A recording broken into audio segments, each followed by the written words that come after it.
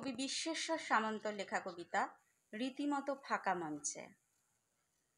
নিশ্চয়তার এমন কোনো মানে নেই, ওকে নিয়ে সব সময় নাড়াচাড়া করে চলে। সম্মতি জানানোই হচ্ছে রীতি, ওকে উল্টে পাল্টে দেখতে নেই। বসুন, এক কাপ চা নিয়ে আসি, কিংবা অনেকদিন দেখা হয়নি, কেমন আছেন? এই যা, ভুলে গেছিলাম আপনার কথা, ঠিক সময় মতো মনে করে দিয়েছেন তো। আচ্ছা, নমস্কার, উঠি, ইত্যাদি। এসব সে ভদ্রতা কিংবা ভাঁওতা, এ নিয়ে মাতামাতি করতে নেই। এসবের কিচ্ছু মানেই হয় না।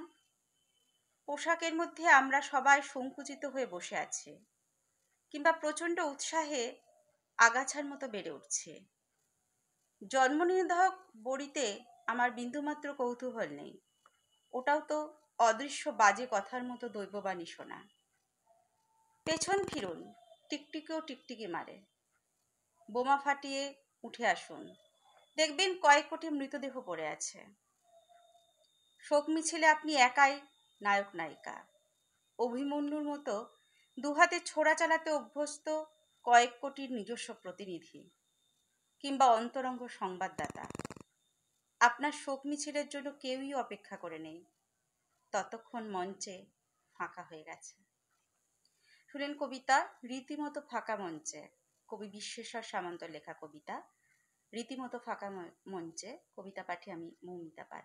আরেকটি কবিতা পাঠ করছি, কবি পরেশ মণ্ডলের লেখা কবিতা নিজস্ব বলয়।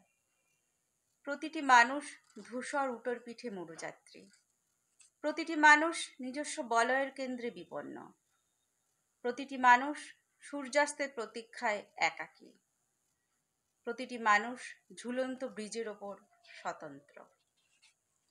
শুনলেন কবি পরেশ মণ্ডলের কবিতা নিজস্ব বলয়। আরেকটি কবিতা জীবনময় দত্তের লেখা কোনো কিছুই শেষ নয়। কবিতা পাঠে আমি মৌমিতা পাল। আগাপস্তলা ঘর গৃহস্থালী নিয়ে বাঁচার জন্য আপ্রাণ টানা পড়েন।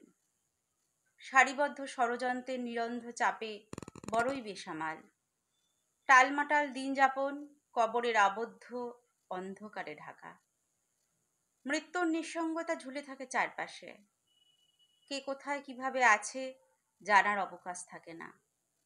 অনবরত রোদের তাপ থেকে মাথা সরাতে সরাতে মনে হয় ছায়া কোথায়, তবুও থেমো না তুমি। মানুষের বুকে বৃষ্টির সুর তুলে হেঁটে যাও সামনের দিকে ক্রমাগত। শুনেন কবিতা কোনো কিছুই শেষ নয়, কবি জীবনময় দত্তের লেখা। কবিতা পাঠে আমি মৌমিতা পাল।